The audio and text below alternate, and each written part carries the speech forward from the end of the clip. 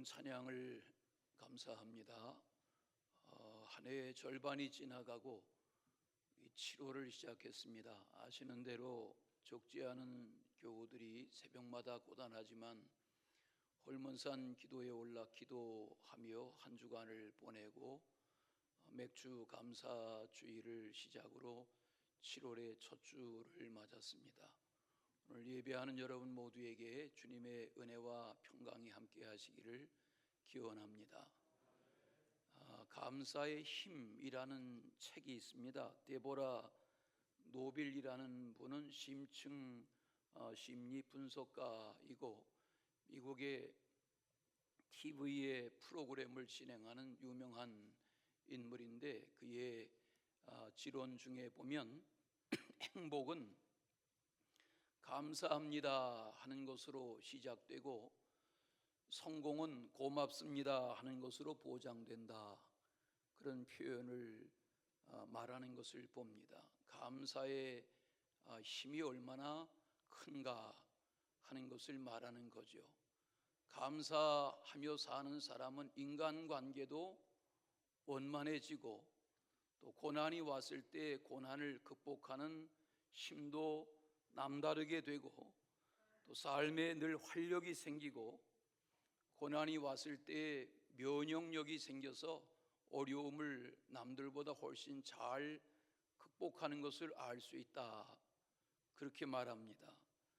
또 감사하며 사는 사람들은 훨씬 주변 사람들보다 건강한 수명을 유지하는 것을 보게 되고, 감사하는 사람은 주변 사람들에게 호감을 갖게 된다, 매력을 갖게 된다, 그런 평가도 하는 것을 볼 수 있습니다. 뿐만 아니라 감사하며 사는 사람들은 창의력이 생겨서 삶을 점점 발전시켜 간다, 그런 내용을 접하게 됩니다. 오늘 이 시편 107편은 누가 썼다는 기록이 없습니다. 누가 썼는지 모릅니다. 그러나 이 시편은 포로 생활을 마치던 때, 바벨론 포로 생활을 끝마쳐 가던 때에 하나님의 은혜로 예루살렘의 유다 땅에 다시 돌아오게 된 백성들 중에 누군가가 그 은혜에 감사하고 감격해서 주님 앞에 고백한 찬송의 시가 분명하다, 이렇게 시대적인 구분을 하는 것을 봅니다. 오늘 말씀의 시작이 뭡니까? 여호와께 감사하라. 그는 선하시며 그 인자하심이 영원함이로다. 하나님의 선하심과 영원한 인자, 여기서 말하는 인자하시다는 말은 헤세드라는 하나님의 사랑, 하나님의 인애, 하나님의 긍휼, 하나님의 자비, 하나님의 돌보심, 하나님의 도우심, 이런 여러 가지의 하나님의 속성을 묶어서 표현하는 성경의 표현 중에 하나가 오늘 여기 말씀하는 인자하심이다 하는 것입니다. 그 하나님의 선하심과 인자하심이 아니었다고 하면 어떻게 우리가 포로 생활의 끝이 없던 고난 가운데서 풀려나고 선조의 땅에 다시 돌아올 수 있었겠는가 하는 것을 말합니다. 여기 고레스라는 임금에 대한 내용을 이해해야 오늘 이 고백의 배경을 알 수 있습니다. 고레스라는 임금은 바벨론 시대가 끝나고 메대 시대가 끝난 때에 페르시아라는 새로운 제국의 통치자로 세워져서 초대 왕으로 쓰임받은 그런 인물이 성경에는 바사라고 하지만 서양사에서 페르시아라고 말하는 나라의 초대 임금입니다. 서양사에서는 시루스라는 임금의 이름으로 기록된 것을 찾아볼 수 있습니다. 이 사람이 왕이 됐습니다. 에스라서에 보면 에스라 1장 1절이 이렇게 시작됩니다. 바사왕 고레스 원년에. 페르시아 나라의 바사 제국에 고레스라는 초대 왕이 세워진 그 첫 때에 하나님을 모르는 이방 나라의 왕인데 여호와께서 고레스의 마음을 감동하셔서 너희 점령한 제국 안에 사는 하나님을 믿는 여호와를 섬기는 백성들을 다 자기 땅으로 돌려보내고 선조의 땅에 돌아가서 무너졌던 성전을 재건하고 하나님 신앙을 회복하며 살라고 하라, 이런 하나님의 감동을 받고 그것을 공포하고 왕의 조서를 써서 전국에 알려서 여호와를 섬기는 모든 백성들은 다 너희들 선조의 땅으로 돌아가라, 이런 꿈과 같은 날이 왔습니다. 1945년 8월 15일 광복을 경험한 연세 드신 분들은 아실 것입니다. 어떻게 우리나라에 광복의 순간이 왔는가 하는 건 말입니다. 오늘날 이 말씀을 읽다 보면 본문의 8절 그리고 읽지 않은 15절 성경을 보십시다. 8절, 15절, 21절, 31절 이렇게 반복되어지는 똑같은 표현이 있습니다. 여호와의 인자하심과 인생에게 행하신 기적으로 말미암아 그를 찬송할지로다 그랬습니다. 맞습니다. 하나님의 인자하심이 인생들에게 기적으로 행해지기 때문에 하나님을 찬송해야 하는 것입니다. 포로 생활의 백성들이 이스라엘 땅에, 선조들의 땅에, 예루살렘 성에 다시 돌아올 수 있게 된 것이 기적인 것을 저들이 고백하고 있습니다. 고레스 왕은 하나님의 감동으로 이런 명령도 했습니다. 에스라 1장을 읽다 보면 4절에 무릇 그 남아있는 백성이 어느 곳에 우거하든지 그곳 사람들이 마땅히 은과 금과 기타 물건과 짐승으로 도와주고 그 외에도 예루살렘 하나님의 전을 위하여 예물을 즐거이 드려라. 그러니까 귀환하게 된 포로 시대 말 이스라엘 백성들이 빈손으로 돌아간 것이 아니라 성전을 건축할 만한 모든 것들을 다 구비하게 해서 돌아가고 건축할 수 있게 된 것이 스룹바벨 성전인 것을 우리가 압니다.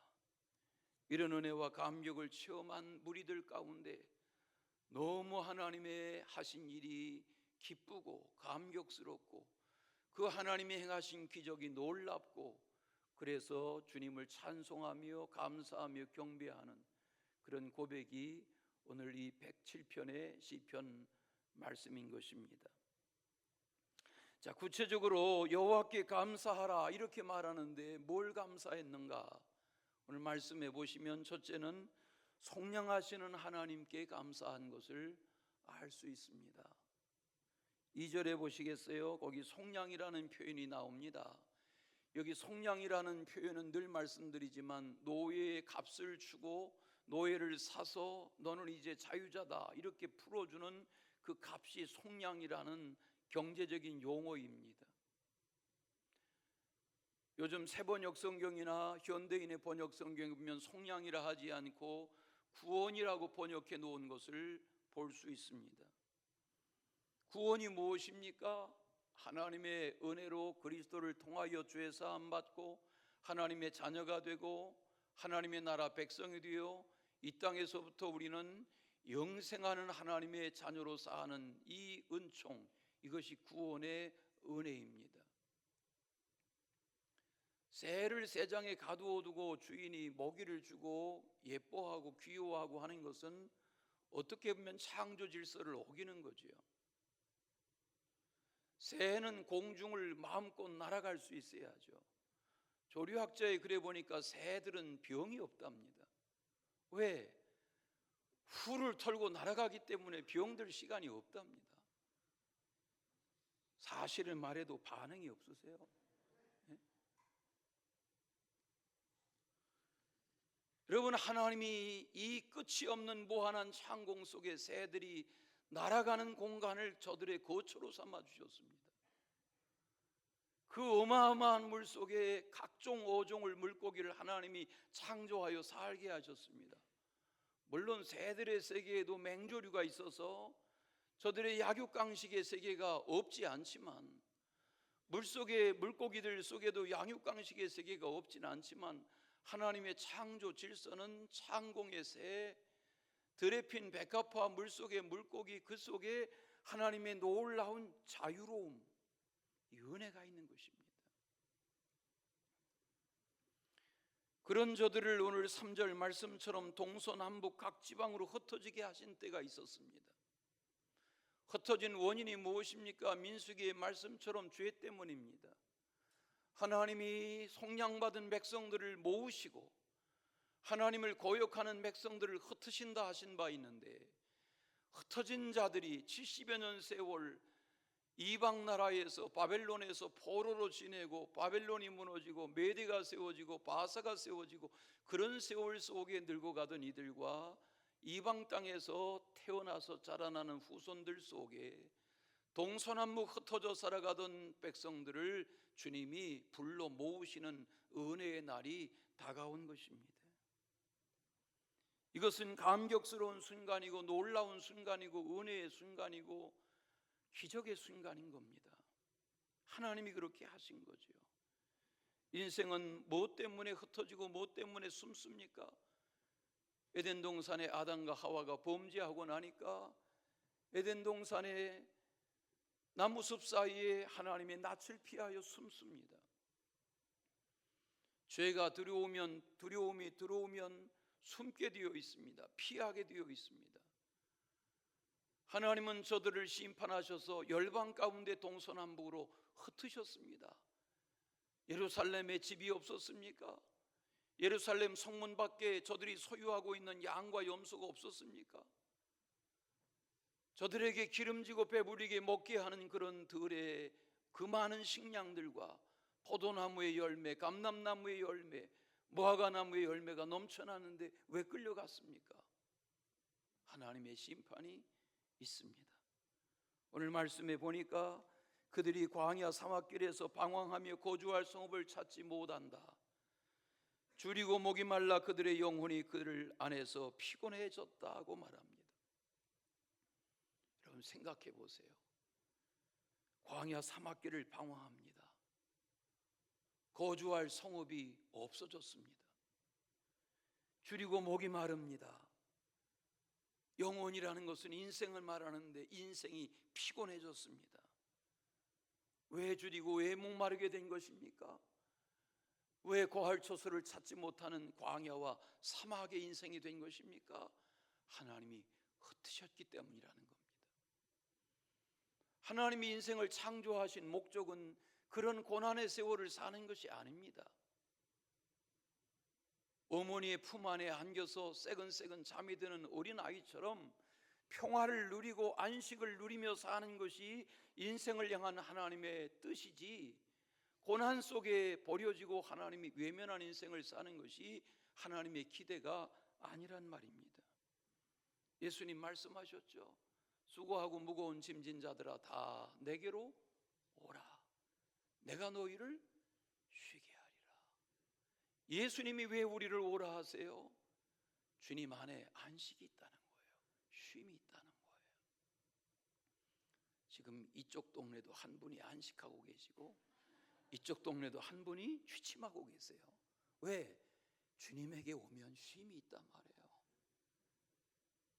저는 개그를 잘 안 하는데 2.5가 3 앞에서 셋 아시죠?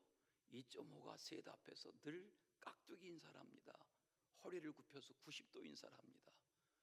그러던 2.5가 언제부터 허리가 뻣뻣해졌습니다. 야 이놈 봐라, 야 이 XX 봐라, 너 왜 나한테 인사하네? 그러니까 2.5가 그러더라죠. 나 점 뺐다.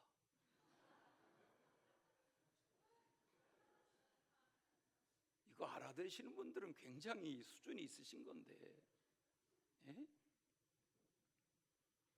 점 빼면 몰라지게 달라집니다.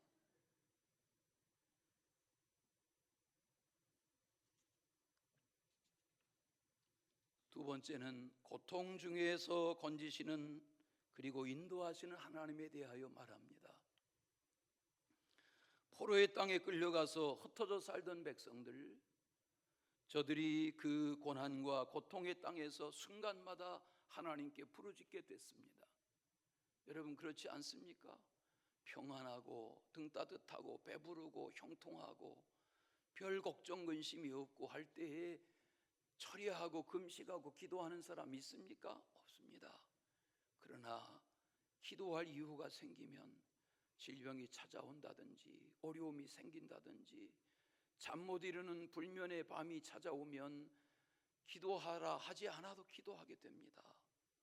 오늘 이 백성들이 부르짖고 있습니다. 어디서? 이방 땅에서, 끌려간 땅에서, 포로의 땅에서 부르짖고 있습니다.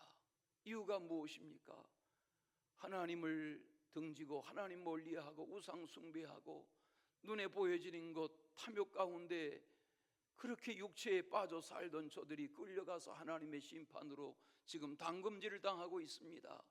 거기서 정신이 번쩍 납니다. 하나님께 부르짖습니다. 하나님이 그 부르짖음을 때가 되어 외면하지 않으시고 다시 들으시는 그런 현장이 오늘 이 찬송 가운데 감사하며 돌아온 무리들의 고백인 것을 알 수 있습니다. 요즘 우리가 열왕기 하서를 새벽마다 계속 대하고 있는데 열왕기 하는 25장 분량으로 끝납니다. 그 25장 분량에 보면 남유다의 마지막 임금이었던 시드기야 왕의 이야기가 나옵니다. 왕궁이 포위되었습니다. 2년이 넘도록 토성을 쌌습니다. 바벨론 세력들이 목을 조여옵니다. 이제는 성 안에 먹을 거리가 없습니다. 왕과 왕족과 모든 성민들이 다 굶습니다. 대기근이 시작되었습니다. 어느 날 밤중에 시드기야 왕이 헐어진 성벽 사이로 신하 몇 명과 함께 도망을 쳤습니다. 여리고 들판으로 도망을 쳤는데 이 갈대아 군대, 바벨론 군대가 왕이 야반 도주한 것을 알고 추격했습니다. 들판에서 만났습니다. 요단 들판에서 왕이 생포됐습니다. 거기 왕자들을 그 밤중에 바벨론 군대가 죽입니다. 그리고 왕의 눈알을 뺍니다. 쇠사슬을 묶어서 바벨론 왕에게 끌고 갑니다. 이것이 포로의 시작입니다. 처참해졌습니다. 참담해졌습니다.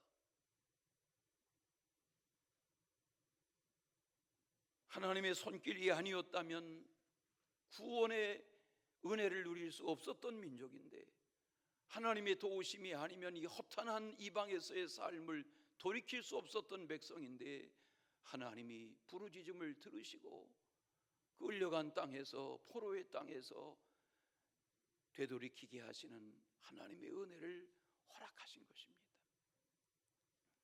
오늘 말씀의 6절과 7절을 보시겠어요? 이에 그들이 근심 중에 여호와께 부르짖음에 부르짖었단 말이에요. 그들의 고통에서 건지셨단 말이에요. 또 바른 길로 인도하사 거주할 성읍에 이르게 하셨다고 했습니다. 하나님은 하나님의 사랑받는 백성들이, 사랑하시는 백성들이 부르짖으면 외면하지 않으세요. 그 고통 소리를 들으세요. 고통 현장을 보세요. 오늘 말씀에 동사로 나오잖아요. 하나님이 움직이세요. 하나님이 건지세요. 하나님이 인도하세요. 하나님이 하나님의 새로운 예비한 성읍에 이르도록 저들을 보호하세요. 하나님 살아계신 줄로 믿습니다.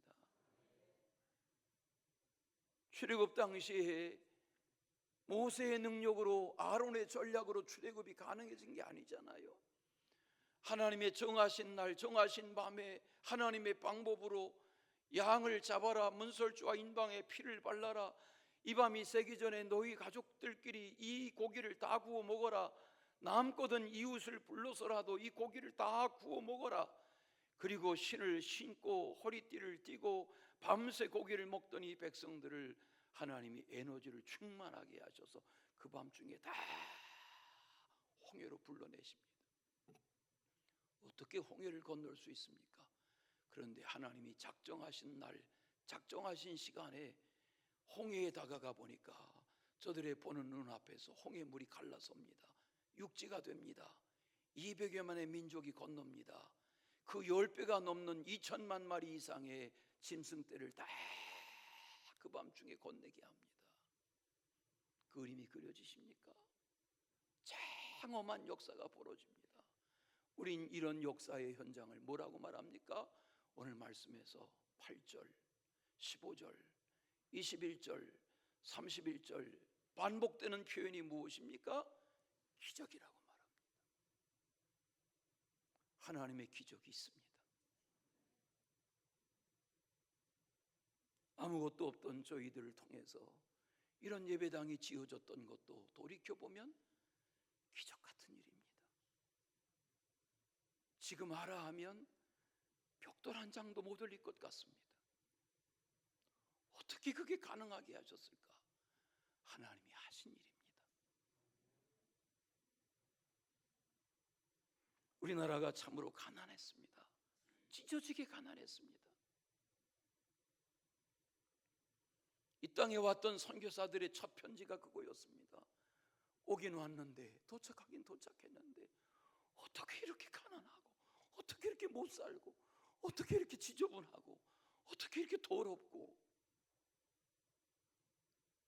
그게 이 조선 사람들을 본 선교사들의 편지였습니다. 그런 우리가 이런 나라가 됐습니다. 오늘이 1970년 7월 7일 경부고속도로를 개통한 그런 역사적인 기념일이라고 합니다. 외우기도 쉽습니다. 1970년 7월 7일 1967년 말 당시의 대통령 박정희는 기자회견을 했습니다. 독일에 가보니까 아우토반이라는 게 있더라. 우리도 고속도로를 건설하자. 아무것도 없는데. 그리고 강행했습니다. 야당 지도자들이 공사를 막기 위해서 길거리에 들어 누웠습니다. 그런데도 강행했습니다. 1968년부터 2년 7개월 동안 너무 급한 공사를 24시간 주야간 하다 보니까 77명이나 이 공사 현장에 죽었습니다. 너무 급하게 공사해서 난 공사로 나중에 다시 뜯어 고쳐야 되는 면도 많았습니다. 그러나 지금 생각하면 그것이 하나님이 민족을 일깨워 가시는 시작이었습니다. 제가 늘 경춘과도 달려본 후에 돌아오면 이야기하는데 어제는 아예 찾아봤습니다. 도대체 터널이 얼마나 많은 거야? 찾아봤더니요, 서울을 출발해서 양양까지 가는 고속도로를 타려면 63개의 터널을 통과해야 됩니다. 우리나라 대단한 민족입니다. 무서운 민족입니다. 10km가 넘는 그런 터널들이 있습니다. 제가 20년 전에 한국 돌아와서 여러 번 그런 말 했습니다. 강단에서. 내가 없는 사이에 어쩌면 나라의 도로망이 이렇게 발전했는지요. 가는 데마다 터널, 가는 데마다 끝이 안 보이는 다리. 하나님이 부르짖음을 들으시고 돌아오게 하셔서 예루살렘 성곽을 중건하게 하시고 성전을 다시 짓게 하시고 하나님의 역사를 이루게 하시는데 불처럼 무서운 하나님의 기적이 다시 이루어졌습니다. 이제는 일어나야 합니다. 이제는 하나님의 기적을 꿈꿔야 합니다. 이것이 감사하는 민족의 모습입니다. 우리가 이렇게 장마 기간에 안연하게 예배하고 있지만 주말 뉴스 보셨습니까? 중국에는 지금 중국에 있는 모든 지상에 있는 강물을 다 하늘로 올려서 쏟아부은 것 같은 그런 홍수가 초철을 덮쳤습니다. 먼 땅의 이야기가 아닙니다. 오늘 우리가 하루를 안연하게 살 수 있고 이렇게 맞이한 주의 날 화창하게 예배할 수 있는 것, 순간마다 누리는 하나님의 은혜입니다. 감사해야 합니다. 하나님이 부르짖음을 들으시고 인도하시고 이끌어주시고 건져주시라는 소망을 가져야 합니다. 오늘 말씀해 보십시오. 바른 길로 인도하신다. 7절에 보면 하나님은 굽은 길로 인도하시는 주님이 아니세요.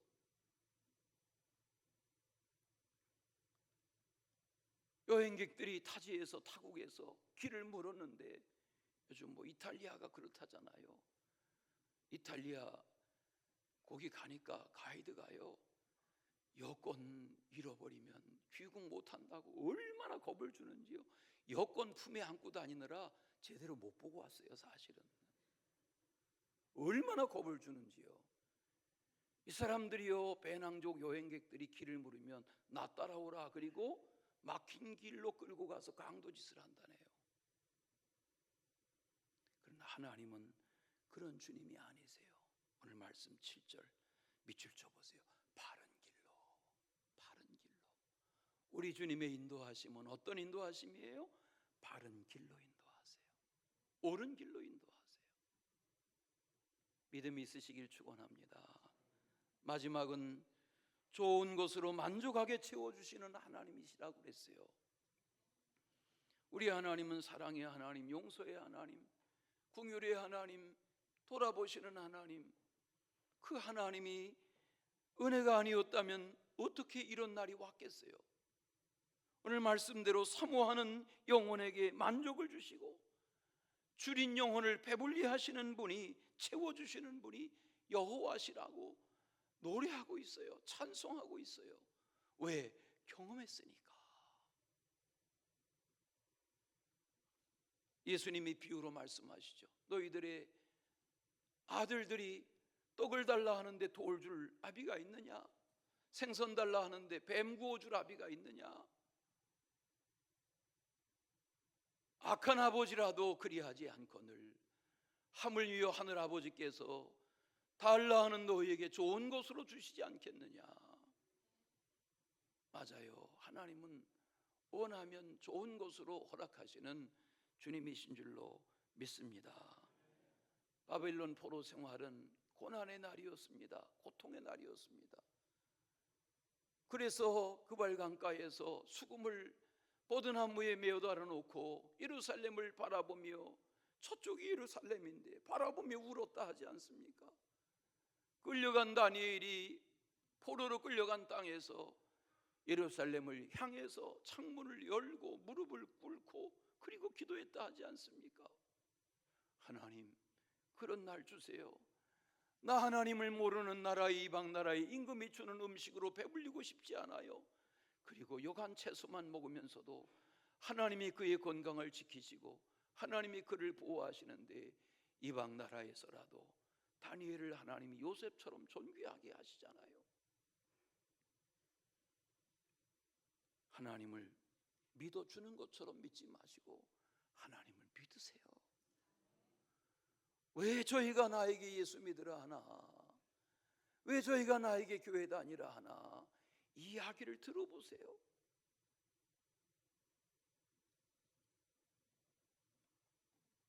오늘 말씀에 이 내용이 배경은 포로로 끌려간 것으로부터 회복의 시작이라고 그랬어요. 이렇게 해서 돌아오고 돌아왔어요.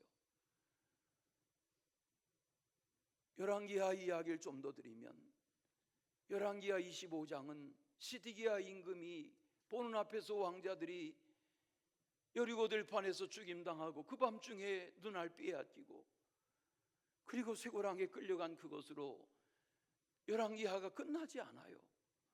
맨 마지막 절인 27절부터 4절의 말씀을 보면 갑자기 거기에 시드기야의 전대의 임금이었던 여호야김 임금의 이야기를 마지막 기록으로 열왕기 상하서를 닫아요. 성경을 들여다보세요. 왜 이런 기록이 여기에 나올까? 25살에 여호야김이 왕이 됐어요. 11년 동안 왕이었어요. 그런 적을 이스라엘 바벨론 군대가 와서 먼저 끌어가 버렸어요. 그리고 꼭두가시 왕들을 세우던 중에 남유다가 주전 586년에 망한 거 아닙니까? 그렇게 끌려간 저가 이방 나라에 끌려가서 거기서 갇혀 지내요. 36년 37년 긴 세월 동안 갇혀 지내요. 구금 상태로 지내요. 자기들이 지배하는 점령국의 왕을 꾸려다가 가두어 두었어요. 그런 저를 어느 날 풀어놓아요. 자유케 해요. 왕의 식량을 주어요. 왜 이 이야기를 성경이 이 패망의 시대의 끝자락에 기록할까? 이유는 한 가지예요. 하나님은 이 여호야김의 이방 나라에서 수치를 당하고 부끄러움을 당하고 긴 세월 갇혀 지내고 생명을 보존하고 그렇게 억울한 삶을 살던 이 여호야김의 후세를 통하여 하나님이 새로운 시대를 준비하세요. 이게 때가 되어 그 후손들 중에, 그 혈통 중에 스룹바벨을 예루살렘에 돌아가게 하셔서 하나님의 성전을 다시 짓게 하시는 역사예요. 하나님은 지금도 역사하시고 장래에도 역사하세요. 지금 고난 중에 있다고, 지금 내가 답답하다고, 지금 내가 기도의 응답이 더디다고 답답해함으로만 하지 마시고 소망을 가지세요. 하나님이 역사하실 거예요. 좋게 하실 거예요. 잘되게 하실 거예요. 감사하게 하실 거예요. 감사가 없을 때에도 감사하세요.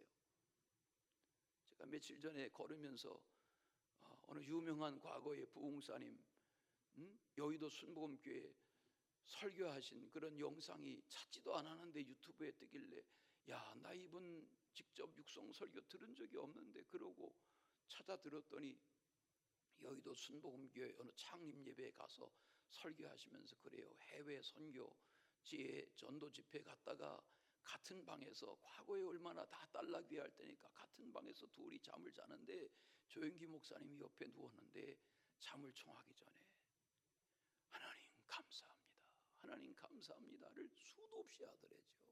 그래서 내 교회보다 여의도 순복음교회가 더 큰 이유가 감사의 힘이구나. 저 양반이 잠은 안 자고 계속 오 주여 감사합니다. 물론 사투리로 했겠죠.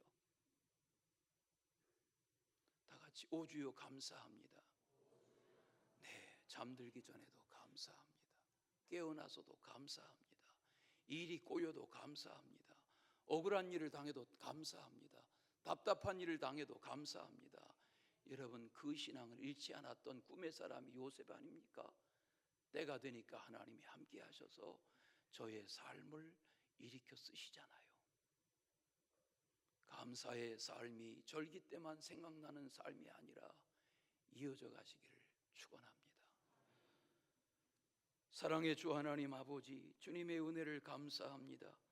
흑암과 사망의 그늘에 앉으며 곤고와 쇠사슬에 매여 하나님을 거역하며 지존자의 뜻을 멸시한 후회를 가지고 회개하며 하나님의 회복을 꿈꾸었던 민족들을 다시 돌이키셔서 바벨론 땅에서 돌아오게 하시고 예루살렘 성전을 중건하게 하시며 무너진 성곽을 다시 쌓게 하셨던 주님, 이 감사절에 주님의 은혜를 돌아보며 감사하며 비옵나니 아버지여, 우리의 생각에 우리의 고백에 감사가 떠나지 아니하게 하시며 진심으로 감사하며 사는 하나님의 사람들, 하나님의 가정들, 그런 공동체, 그런 민족 되게 하여 주시옵소서. 예수 그리스도의 이름으로 기도하옵나이다. 아멘.